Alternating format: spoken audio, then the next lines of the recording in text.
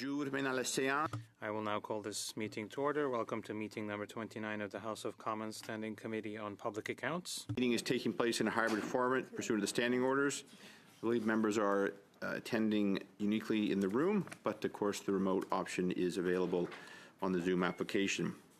I'd like to remind participants of the following points. Please wait until I recognize you by name before speaking. All comments should be addressed to the chair. And if we get into a debate, please raise your hand and catch the eye of the clerk or myself, please, and we will endeavor to keep an accurate speaking list. Conformément à l'ordre de Pursuant to the order of reference dated Monday, February 9, 2026, the committee resumes its consideration of Bill C-230, an act to amend the Financial Administration Act and to make consequential amendments to other acts, debt forgiveness registry. Ferme les guillemets. We have with us today the officials from our last meeting on Monday who were very good about rearranging their schedules to be here so unexpectedly. We have officials from the Canada Revenue Agency, Department of Finance, and Treasury Board Secretary. I want to thank you all for being here. I hope it will be brief. I think it might be, but if not, we're pleased that you're here to answer our questions. So we're going to resume where we left off on Monday, March 23, with the consideration of Amendment 3. Mr. Chambers, I had said I would recognize you right off the bat. I understand you're going to pass things over, but the floor is yours, please. Thank you, Mr. Chair. I appreciate everyone's patience while we had an ability to have discussions amongst the parties. And I appreciate our officials being back with us again today, but also for their thorough suggestions and answers they provided our last meeting. Mr. Chair, I believe it would be in my position to withdraw the sub-amendment that I had jumped the gun on making and turn the floor with your indulgence to the Parliamentary Secretary. Let me just check. I'm not sure if I need, just hold on a second.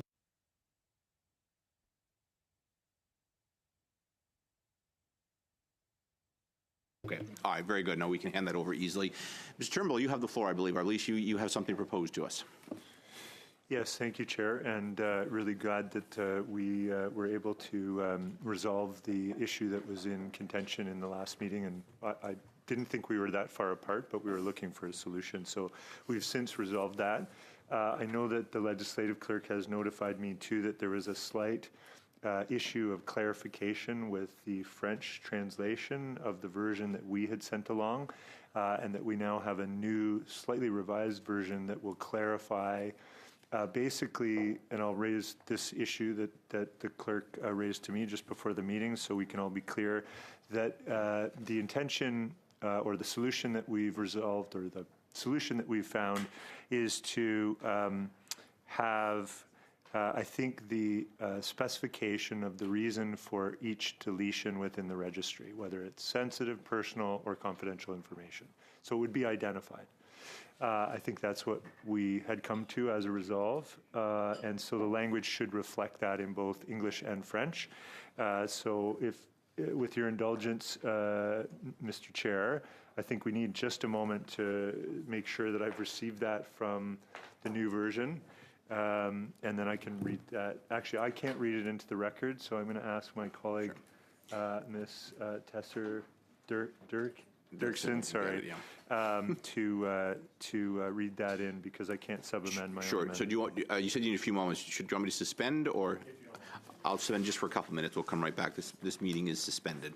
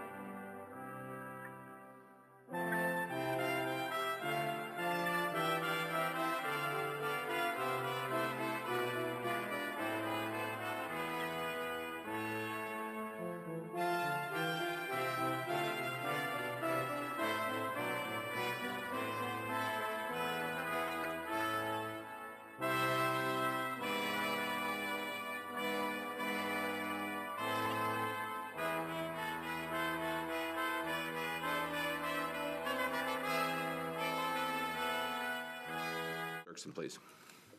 Thanks very much, Mr. Chair. So I'm moving a sub-amendment to subsection 3.1. If you'd like me to read that into the record, I can do so. Okay, so the proposed wording is as follows. Subsection 3.1. If any information is excluded from the registry under subsection 3, the President of the Treasury Board must identify in the registry whether the information was excluded for reasons relating to the protection of confidential information, personal information, or sensitive information. Thank you. That has been sent to everyone by email for your review. Ms. Tester-Dirksen, if you have any more comments on it, the floor will be yours, but I think the sub-amendment is self-explanatory. Any debate? First I'll turn to Mr. Chambers. Do you seem satisfied with it? All right. Is the sub-amendment as proposed by Ms. Tester-Dirksen passed? Yes. Yes. All right. Oh, pardon. No. I'm going to slow things down here.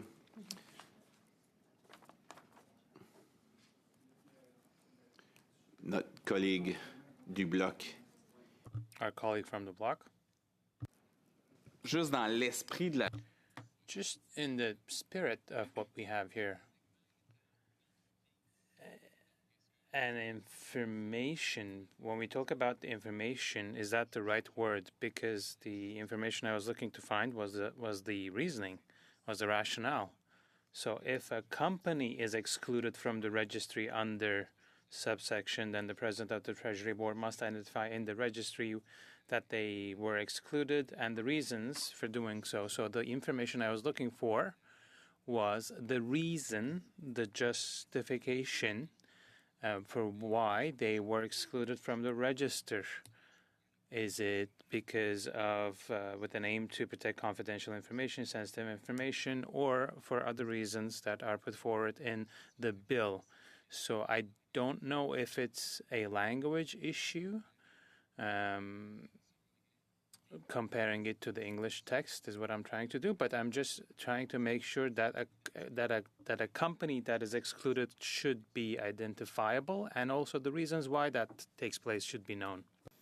Yeah, I mean, I think what the attempt for a solution that we discussed last time, where we were at this slight impasse, was to identify in every case in the registry where there was information that was not being disclosed, whether it was redacted for personal information, confidential information, or sensitive information, that was sort of the reason for the redaction or the non-disclosure of that information. I think, so the reasons are, I think there's three reasons. If you're looking for a lot more detail than that, I don't think that that's what we had agreed on. So I would suggest that is, you know, a version of, well, I think it gives reason and rationale for why those elements were not disclosed in the registry.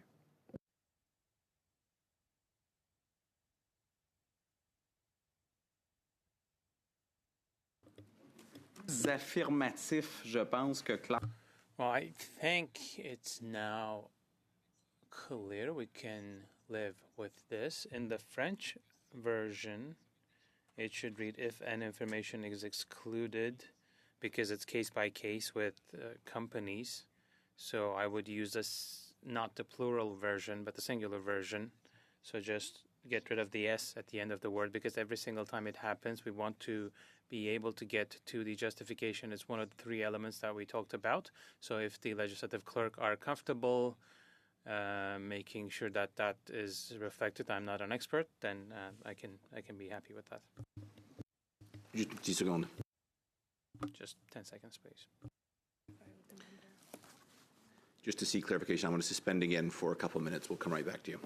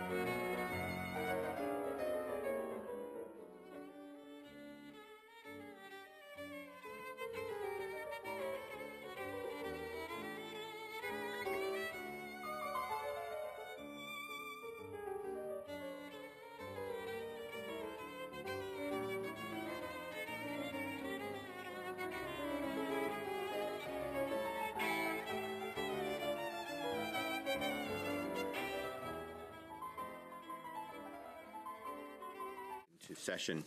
So what's happened is Monsieur Lemaire's grammatical change is to remove the S in the French text on exclu. Based on what he said, based on discussion with legislative clerk, and then based on their checking as well if that would be correct. So that's right. Is that agreed to do that? Is that a sub-amendment? Technically? Are we just going to accept that? All right, there we are. It's friendly.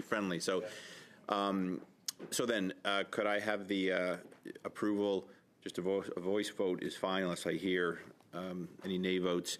A voice vote on approving the sub-amendment with the grammatical change that was made in the French version. We hear yes. Yes. I hear no dissent. That is passed. Thank you very much. Just 1 second. Now looking to pass G3 with today's amendment. Is that passed? Looking for a voice vote. Yes.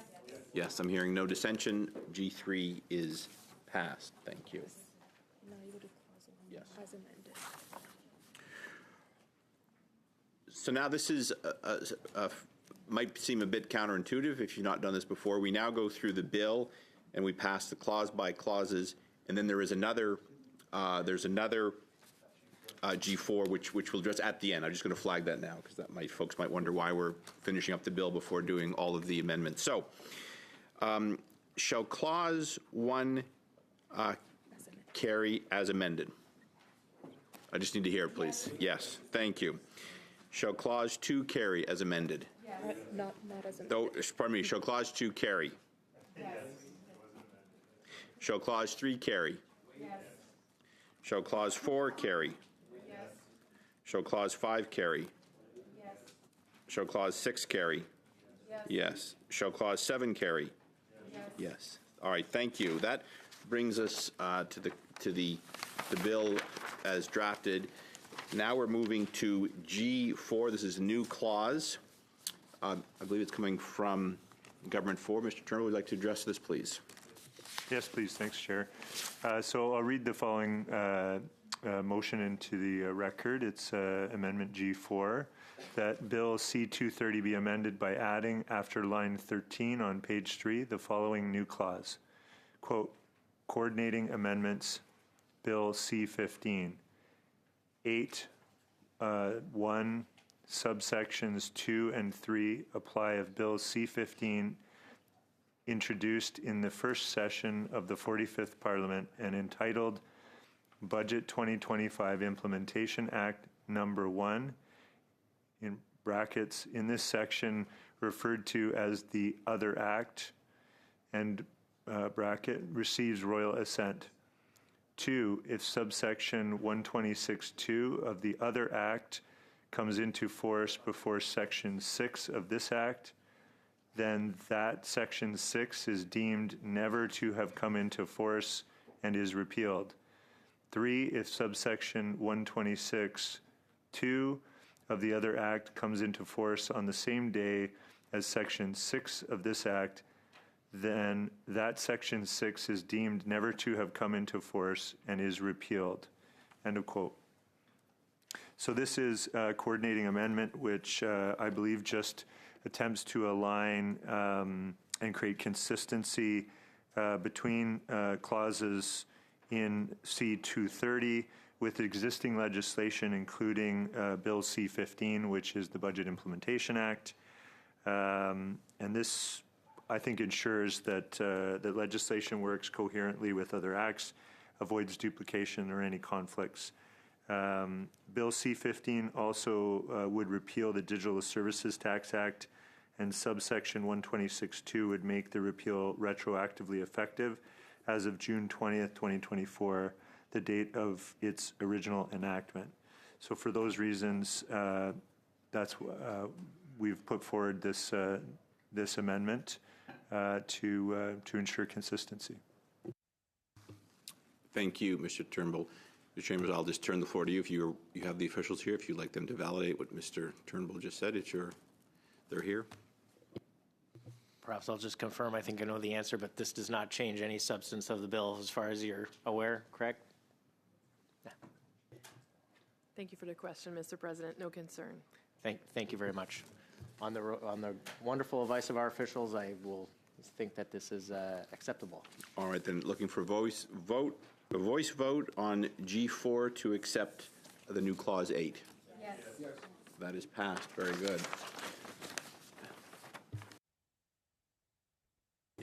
Just the title?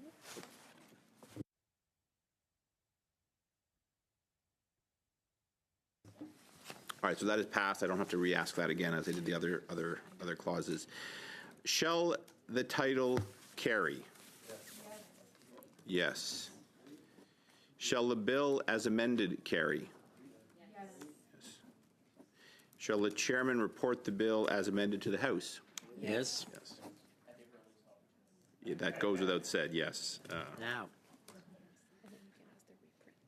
Shall the committee order a reprint of the bill as amended for the use of the House of Commons at report stage? Yes. That is passed as well. Very good. I believe that ends our business here on Bill C-230. Very good. I'm told this is the first time this committee has considered a P&B in 21 years, so congratulations.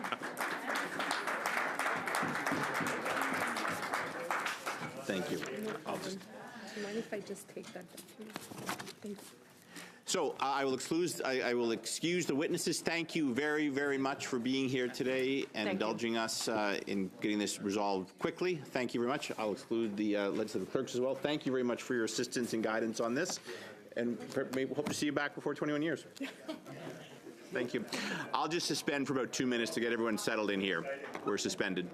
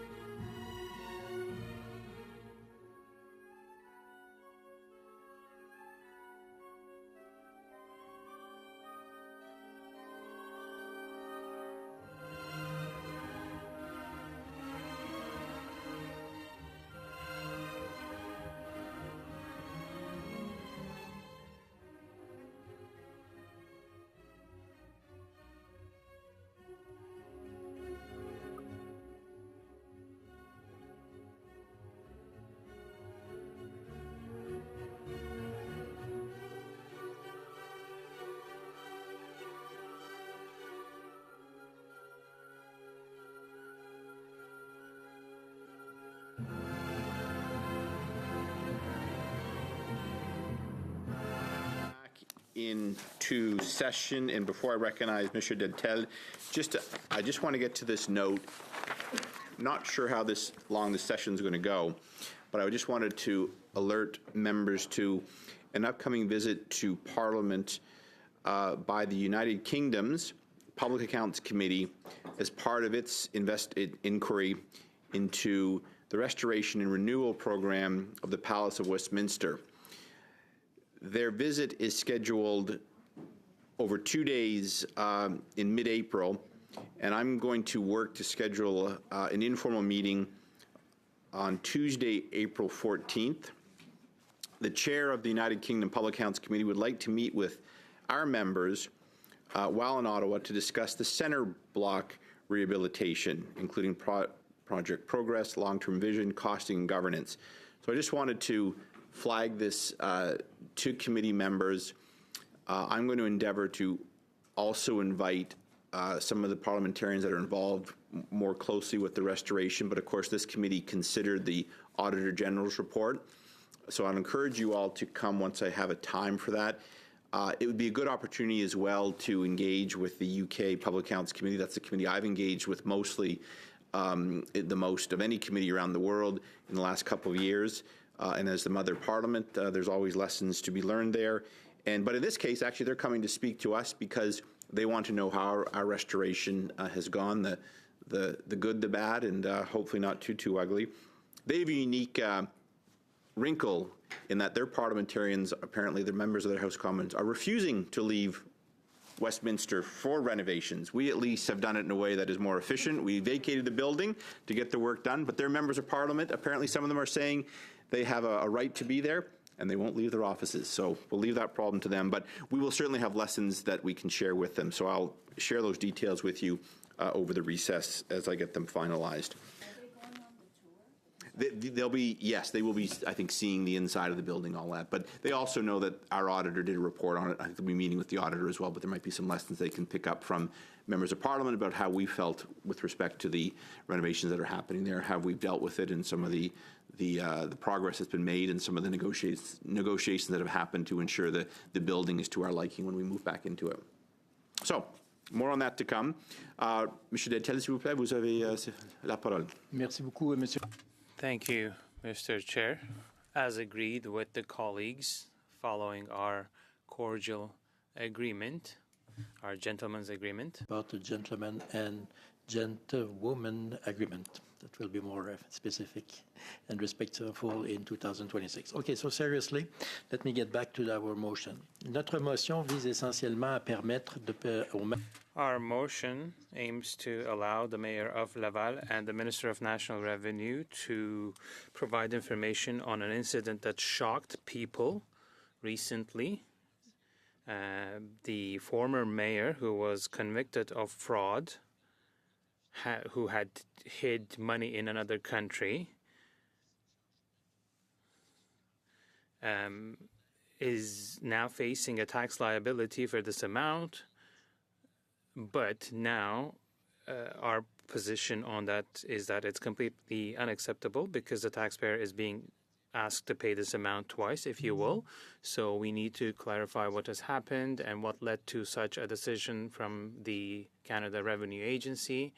And they should be more fair and more responsible in terms of their approach. And we also have to remind the fact that it was the former Minister of Finance of Quebec, Mr. Carlos Leitao, who took the initial step, who is now the Parliamentary Secretary of the Minister of Finance in today's federal government. So I invite the government to take a lesson from this example, from this incident that happened initially in 2016, and to recreate the same approach. So, of course, we want to get to the bottom of this. Is to have the minister and the mayor to explain the situation. And also keep in mind, folks, that what we are talking about here, about this issue, is something that can apply a lot of in other cities. And also it can apply to other situations like that. Secondly, keep in mind that this is our duty to ask questions to the Crown Minister. And this is the duty of the Crown Minister to address the issue and to answer questions. And this is a privilege that we have. But also among the privilege that we have is the protection.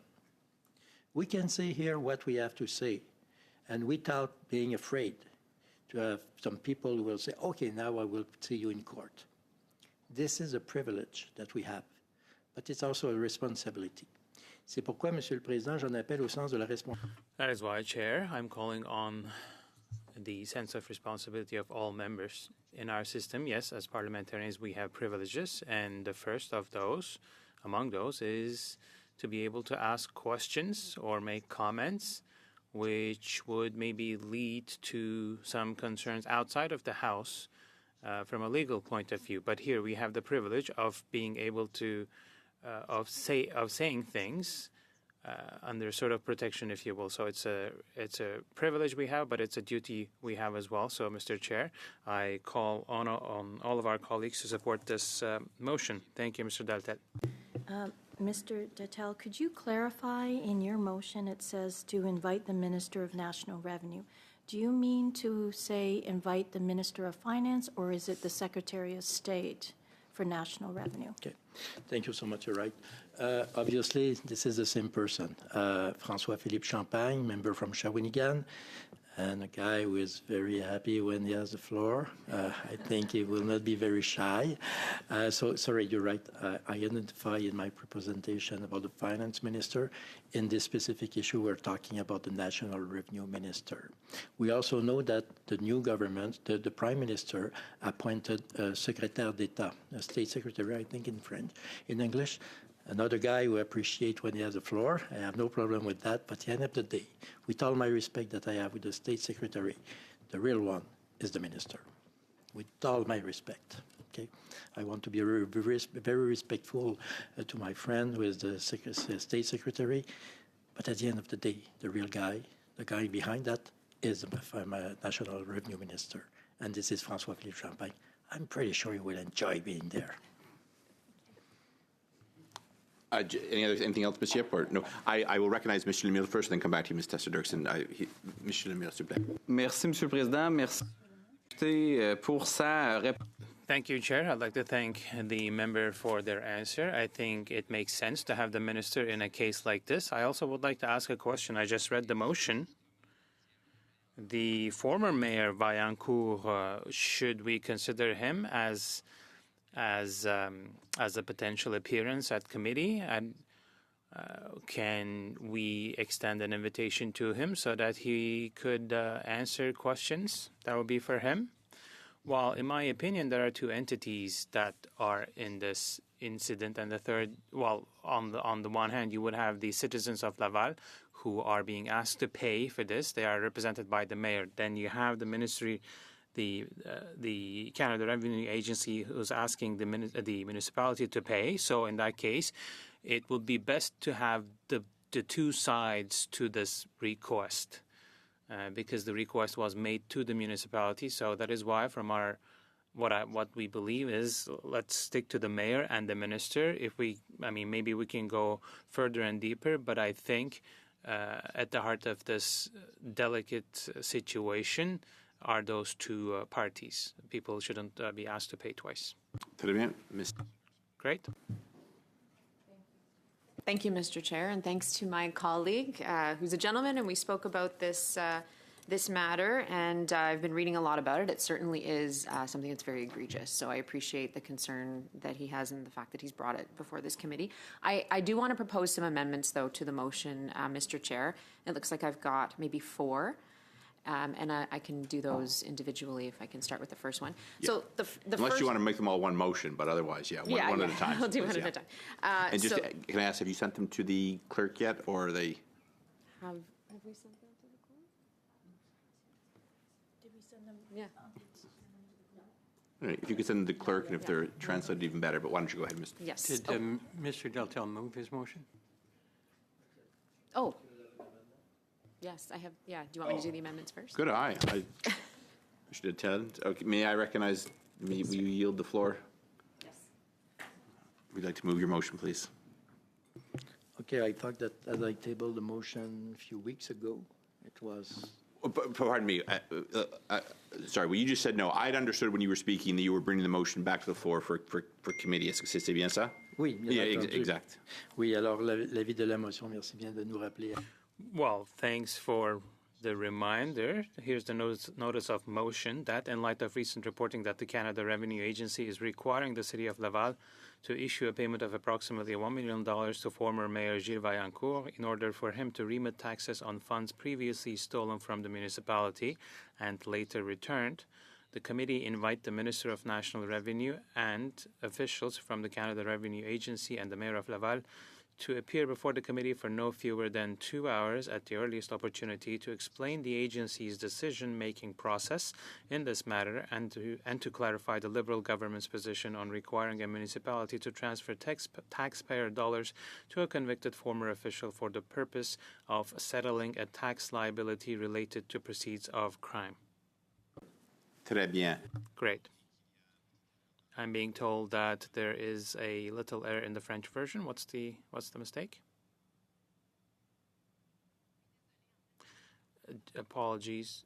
The word reportage in the French version should be in the singular, not plural. Not a big deal, but thank you. Okay, so the motion is before us. Please. Thank you very much. Okay, so amendment number 1 that I'd recommend, and on my version it's about 4 lines in, and it's to strike out the following words, okay, quote, the Minister of National Revenue, end quote. And I'll speak to the rationale here. Fully understand the need for transparency and for questions and answers to be exchanged in this committee. As someone with a legal background, though, I understand there's a legal matter ongoing.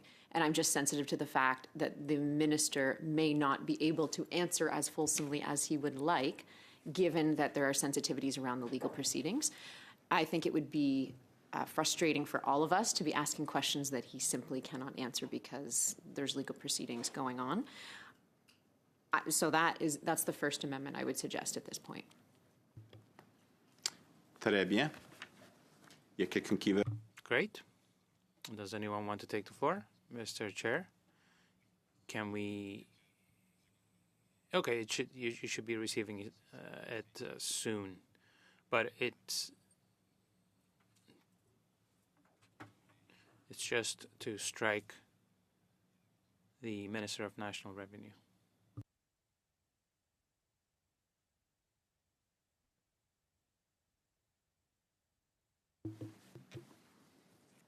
I'm just going to suspend until it's sent out.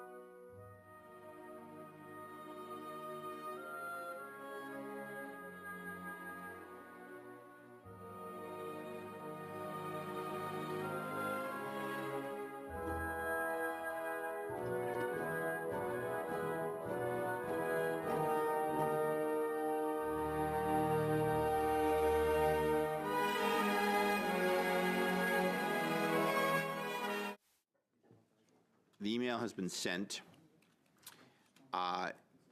Ms. Tester-Dirksen's kind of revealing her other amendments. None of them are a surprise. We're going to deal with them one at a time, though. The first one is to remove the Minister of National Revenue. On va enlever le ministre du Revenu National. So we're going to remove the Minister of National Revenue. Mr. Daltel? We'll do this one by one. Well, for the first one, I'd like to thank and congratulate our colleagues for taking our motion word by word, including the grammatical mistake in the word reportage in the French version. But more seriously, Mr. Chair, we do not agree with the suggestion. The minister in charge of the file, the responsible minister, should be here. Now, the Canada Revenue Agency is, of course, it reports to the Minister of National Revenue, who asked, the CRA asked the city of Laval to pay about $1 million to this individual. So the CRA reaches out to a city, to a municipality, and this is a significant fiscal tax bill for the city of Laval, and the mayor doesn't want to do it. And in 2016, Revenu Québec, the Quebec Revenue Agency, reached an agreement to set aside this completely illogical request that would potentially have victimized people a second time around. So the government has two choices. Either they come to an agreement with the city or set it aside, as was done about 10 years ago in Quebec.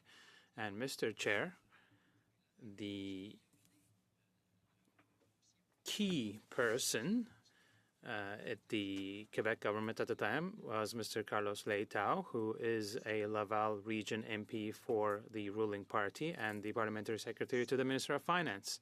So if the Minister of National Revenue would like to have the up-to-date relevant information, well, they will just need to turn a little sideways and speak to the parliamentary secretary, who would be excellently positioned to give him all the information on that. And Mr. Chair, as I was saying, it is our duty and responsibility to ask these questions, and it's the duty and responsibility of the minister to answer these questions. The minister might not be able to explain everything.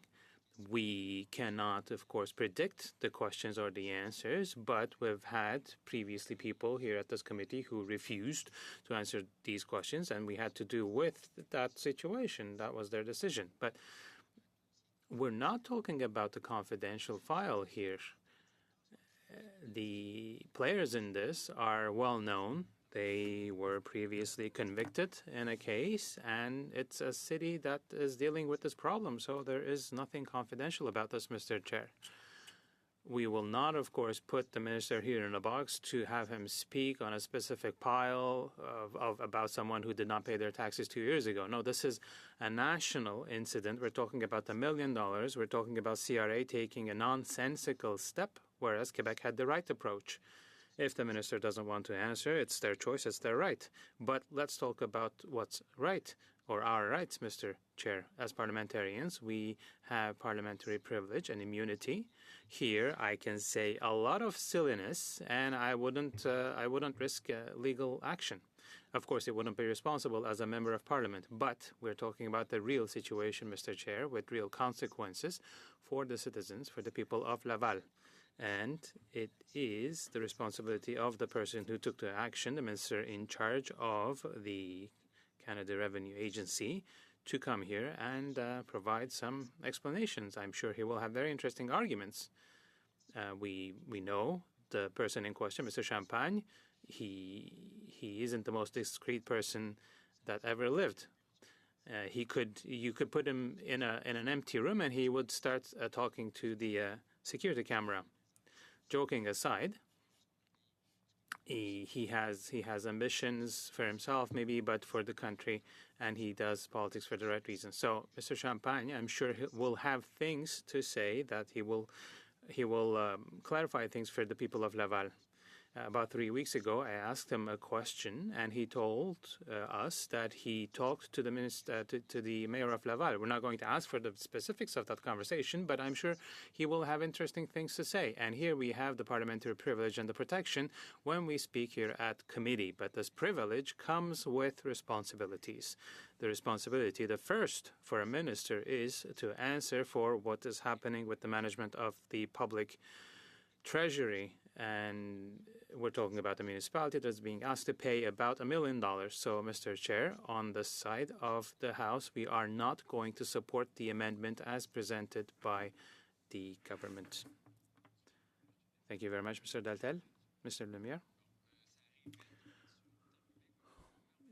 Well, Gérard,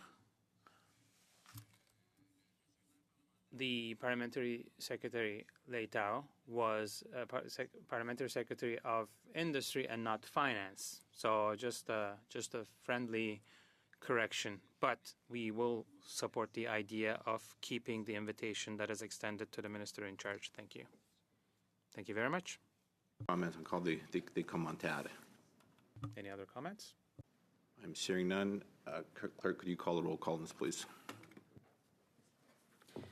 Mr. McKinnon, Yes? Mrs. Tesser-Dirksen, Yes. Ms. Yip. Mr. Yes. Baptiste? Mr. Dattel, No. Mr. Couric, No. Ms. Kuzi, Against. Monsieur Lemire. Contre. You have the casting vote. So it's 4-4. I will vote no as well. Ms. Tesser-Dirksen, you have the floor again for your next amendment to the motion. Yes, thank you, Mr. Chair. So the next amendment would just be the sentence after the one we were dealing with. And I'm looking at where it says Canada Revenue Agency. We would delete the word "and." So the next word would be The one that's right before "and the mayor of Laval"? yes. Okay, why don't you combine that with your next one? We'll just Right. deal with it in one. And then you're going to add "and." Yeah. So we would delete "and." Yeah. Keep the, add current, Oh, okay. and proceed with mayor. So it would read Canada Revenue Agency. It'd have to be comma, the current mayor of Laval. You see that? And then there'd be, do you want me to keep going? Yeah. Comma, and Mr. Valancourt. Sure, that really gets to me. I don't think we need current because there is one mayor. So, We're also talking I mean, we can do it, but I don't think it's necessary, but sure. So Okay, we're gonna clean up the "and," we're gonna add current, but it's really to add Monsieur Valancourt. All right, I'll see. Monsieur le Président, est-ce qu'on peut prendre une pause? Mr. Chair, can we suspend? I'd like to consult with my colleagues.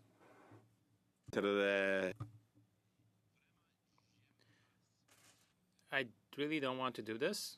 But do you have comments, Mr. Lemire? I mean, I'd like to consult as well, yeah. Suspend.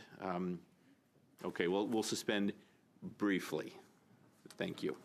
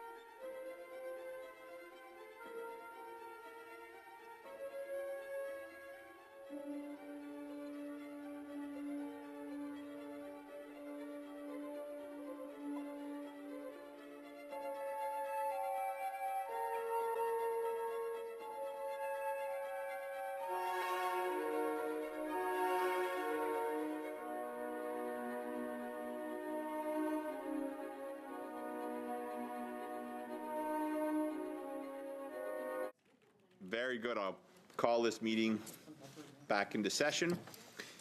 C'est qui veut commencer? Who would like to start? Mr. Datel, please. Thank you very much, Mr. Chair. We reject this amendment. As I was explaining, in response to a question from Mr. Lemire, we work as a team, and we wanted to make sure that everyone was on the same page. And this is something we always want to have going forward. Now, we do not agree with this position because there are two entities that are targeted. The CRA on the one hand, not the RCMP. It was a Freudian slip. So the CRA asked the City of Laval to make a payment of about $1 million. So the two entities we'd like to have over here for explanations are these two entities who are responsible. That is why we're asking for representation from the CRA for technical explanations and the minister responsible for the file, because in our system, ministers are responsible for some actions, especially in this case, that is very much so. And the victims here are the people of Laval. Their money was stolen for years and years, and now there's a legal explanation that is before us. Well, the individual was convicted, money was taken back, but then there's a request to make the people of Laval to pay a second time. So, of course, it's understandable that the members on the other side doesn't want to put the minister here in a hot seat, but you have the victims that are the people of Laval and the other side of the incident. So we want to shed light on this. So the minister in charge of the CRA on the one hand and the mayor of Laval, the victim in this case. We'd like both parties here, Mr. Chair. Thank you. Mr. McKinnon. I just have a question for Mr. Deltel. I don't understand why the city is going to pay $1 million to this fellow who stole money from them. Well, with all my respect, Mr. McKinnon, this is why we want to have the minister in the box. But that doesn't explain why the city is going to pay him money. This is exactly the heart of the problem. This is why people are upset.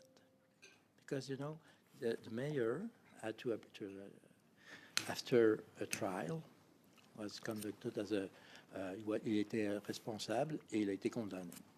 So he was found to be guilty and he was convicted. And now you have the CRA who is asking, as mentioned in the motion,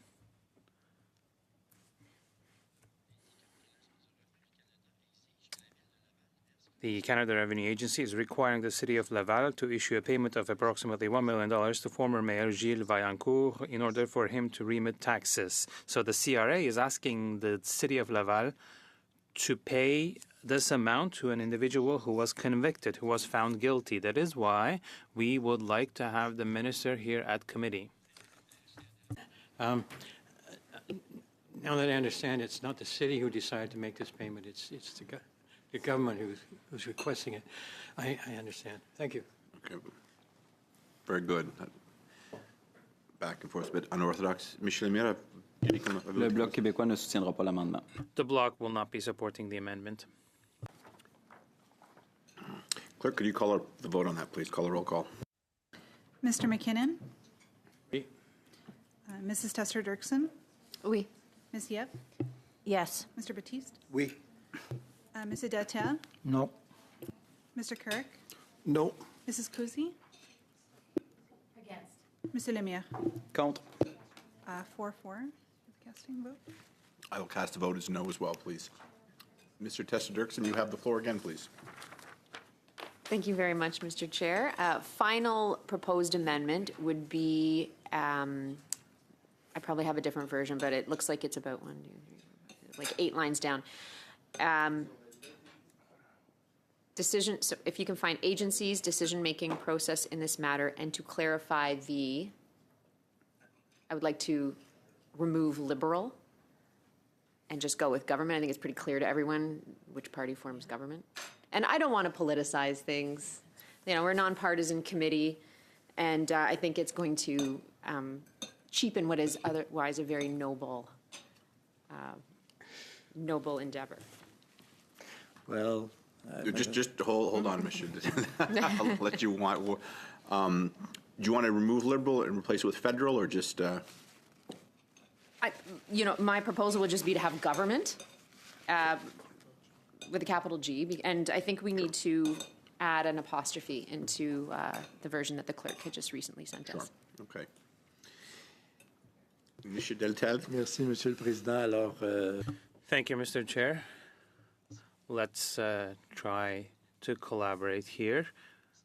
We can understand why the Liberal government would not want to see the word liberal in this type of a motion.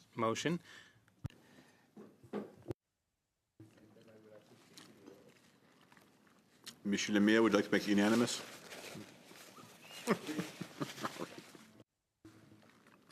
Très bien. I'm seeing that pass then. So, agreed? Yes. All right then. Now let's vote on, or let's debate the motion as amended. Mr. Deltel, I recognize you right off the bat. C'est la motion comme oui, on a un petit amendement. The motion as amended, although it's a small amendment. We're just striking liberal. Okay, so we're going to reread the motion that is before us, that in light of recent reporting that the Canada Revenue Agency is requiring the City of Laval to issue a payment of approximately $1 million to former Mayor Gilles Vaillancourt in order for him to remit taxes on funds previously stolen from the municipality and later returned. The committee invite the Minister of National Revenue and officials from the Canada Revenue Agency and the Mayor of Laval to appear before the committee for no fewer than 2 hours at the earliest opportunity to explain the agency's decision-making process in this matter and to clarify the government's position on requiring a municipality to transfer taxpayer dollars to a convicted former official for the purpose of settling a tax liability related to proceeds of crime.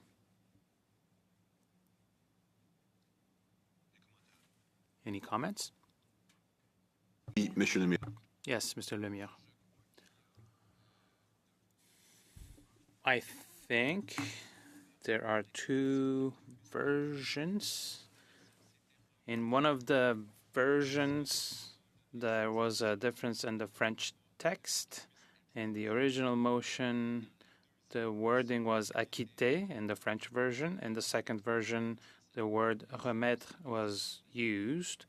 So I'm wondering if that's the meaning is the same, if they also would like to maybe amend this from the original text.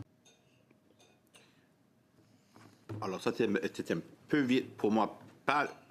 That was a little too fast for me to find it in the text.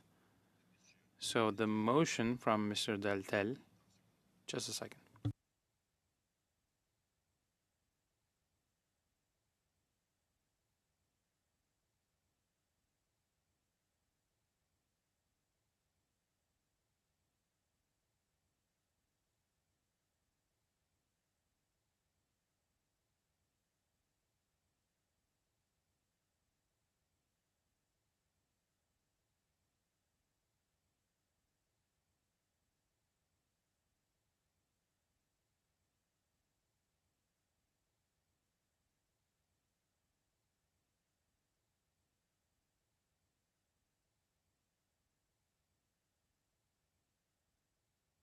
And then the one that we received from.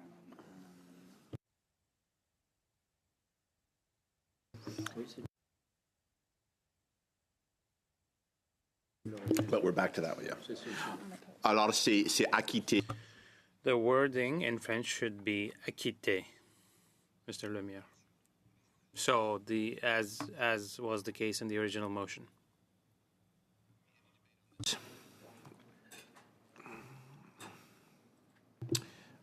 We're going to call a roll call in, please, clerk. avez-vous utilisé Google Crowd au lieu d'être des extensions sur la table? Motion as amended. Mr. McKinnon? Mrs. Tesser Dirksen? Yes, in Ms. Yip? Oui. Mr. Batiste? Oui. Mr. Detel? Oui. Mr. Kirk? Yes. Mrs. Kuzi? favor. Mr. Lemire? En faveur. All in favor? The motion is, as amended is passed unanimously. Thank you very much. I think now we're going to go, I'm going to suspend, we're going to go into camera. We'll come back here in 5 to 10 minutes. So if you can leave the room in the next 5 minutes, then come back and help yourself. But we will suspend this meeting.